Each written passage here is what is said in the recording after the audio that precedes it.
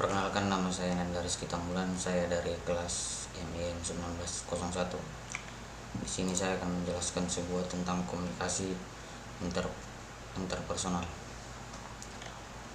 Yang pertama itu bab 1, pendahuluan, latar belakang. Kegiatan komunikasi interpersonal merupakan kegiatan sehari-hari yang paling banyak dilakukan oleh manusia sebagai makhluk sosial. Sejak bangun tidur di pagi hari sampai tidur lagi di larut malam, sebagian besar dari waktu kita gunakan untuk berkomunikasi dengan manusia yang lain. Dengan demikian, kemampuan berkomunikasi merupakan suatu kemampuan yang paling dasar. Akan tetapi dalam kehidupan sehari-hari kita sering mengalami perbedaan pendapat, ketidaknyamanan situasi, atau bahkan terjadi konflik yang terbuka disebabkan adanya kesalahpahaman dalam berkomunikasi. Menghadapi situasi seperti ini, manusia baru akan menyadari bahwa diperlukan pengetahuan mengenai bagaimana cara berkomunikasi yang baik dan yang efektif yang harus dimiliki seorang manusia. Efektivitas seorang komunikator dapat dievaluasi dari sudut sejauh mana tujuan-tujuan tersebut dicapai. Persyaratan untuk keberhasilan komunikasi adalah mendapat perhatian. Jika pesan disampaikan tetapi penerimanya mengabaikannya, maka usaha komunikasi tersebut akan gagal. Keberhasilan komunikasi juga tergantung pada pemahaman pesan dan penerima.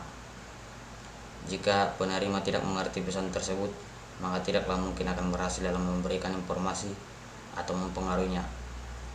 Bahkan jika suatu pesan tidak dimengerti, penerima mungkin tidak meyakini bahwa informasinya benar, sekalipun komunikator benar-benar mengerti memberikan arti apa yang dikatakan.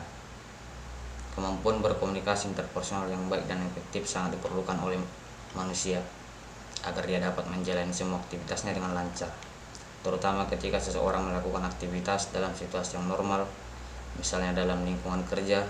Lebih penting lagi melakukan aktivitas dalam situasi yang formal, misalnya dalam lingkungan kerja. Ketika aktivitas kerja seseorang adalah berhadapan langsung dengan orang lain di mana sebagian besar kegiatannya merupakan kegiatan komunikasi interpersonal. Agar komunikasi dapat berjalan lancar, maka dibutuhkan keahlian dalam berkomunikasi atau communication skill. Dan tidaklah semua orang memiliki communication skill. Banyak orang yang berkomunikasi hanya mengandalkan gaya yang dipakai sehari-hari. Mereka menganggap cara berkomunikasi yang mereka pakai sudah benar, padahal kalau dicermati masih banyak kesalahan dalam berkomunikasi. Yang kedua yaitu rumusan masalah.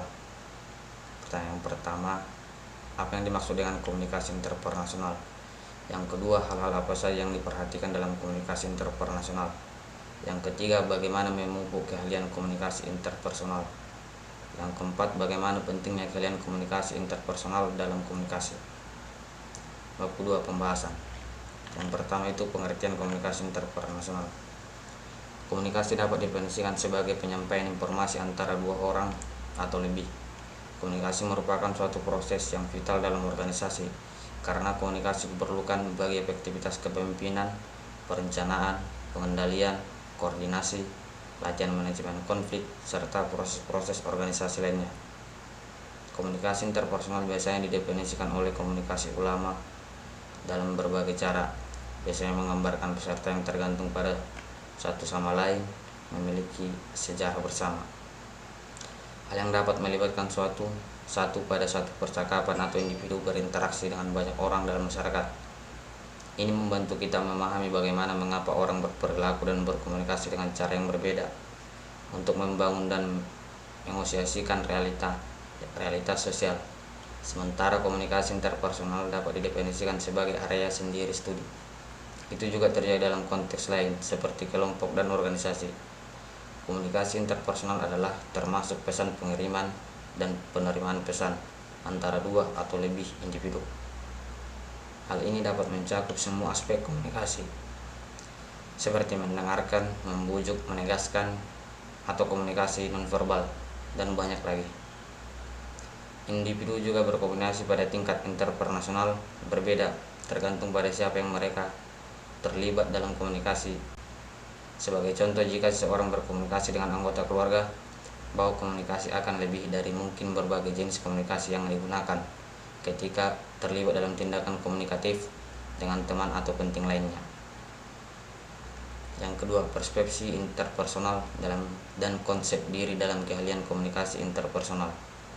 Konsep diri dan persepsi interpersonal sangat dibutuhkan untuk mencapai dalam kelancaran komunikasi.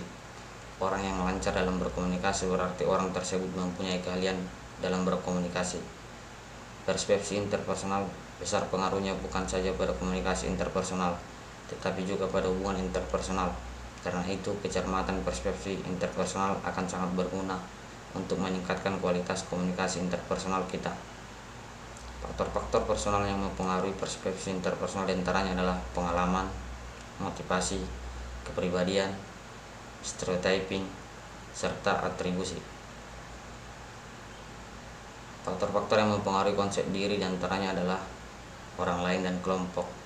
Ada kelompok yang secara emosional mengikat kita dan berpengaruh terhadap pembentukan konsep diri kita. Ini disebut kelompok rujukan. Dengan melihat kelompok ini mengarahkan perilakunya dan menyesuaikan dirinya dengan ciri-ciri kelompoknya. Pengaruh konsep diri pada komunikasi interpersonal diantaranya adalah sebagai berikut. 1. Membuat yang dipenuhi diri sendiri. 2. Membuka diri. 3. Percaya diri. 4. Selektivitas. C. Hubungan keahlian komunikasi interpersonal dalam komunikasi. Orang yang mempunyai keahlian komunikasi maka komunikasi orang tersebut akan berjalan efektif. Kita harus memupuk keahlian kita dalam berkomunikasi interpersonal dalam melalui konsep diri. Konsep diri seperti yang telah tertuang di atas sangat penting dilakukan agar kita ahli dalam berkomunikasi.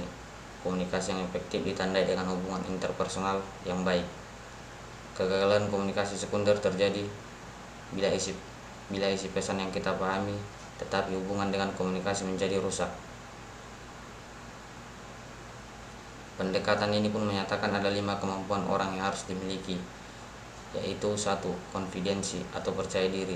Yang kedua, imedisesi atau merujukkan pada situasi, adanya perasaan kebersamaan antara pembicara dan pendengar atau honest.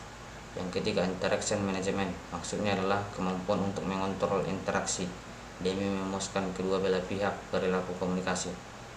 Yang keempat, expressiveness, maksudnya adalah kemampuan untuk sungguh-sungguh terlibat dalam proses komunikasi.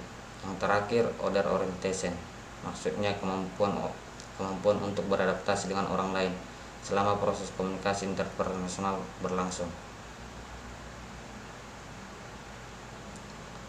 Ada sejumlah model untuk menganalisa hubungan personal, tetapi dalam mengikuti ikhtisar dari Coleman dan Hamen, model-model tersebut antara lain adalah sebagai berikut. Yang 1, model pertukaran sosial.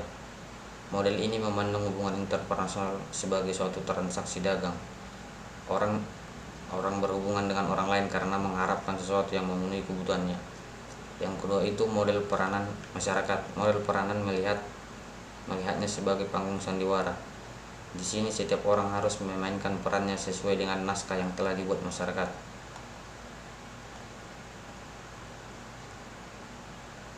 Komunikasi antar pribadi.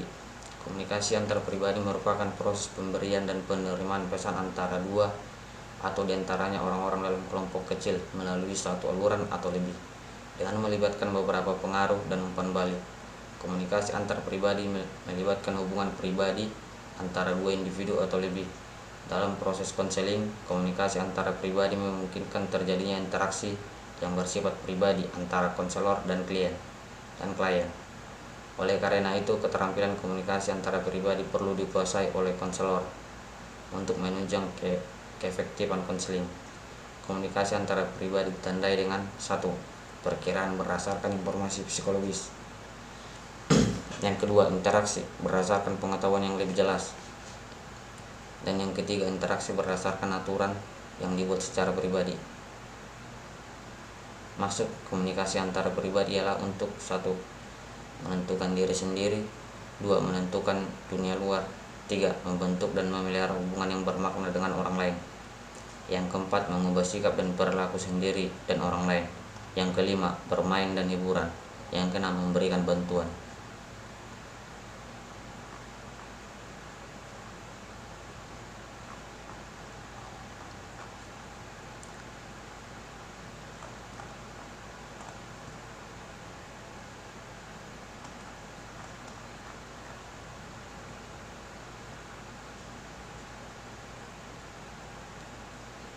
Komunikasi antara pribadi adalah komunikasi antara individu dengan individu.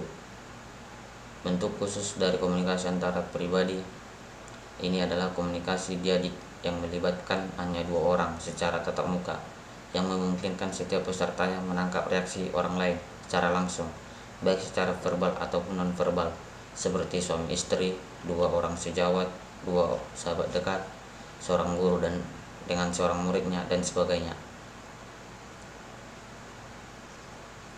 Faktor-faktor pengaruhnya itu: 1. Persepsi interpersonal. 2. Konsep diri.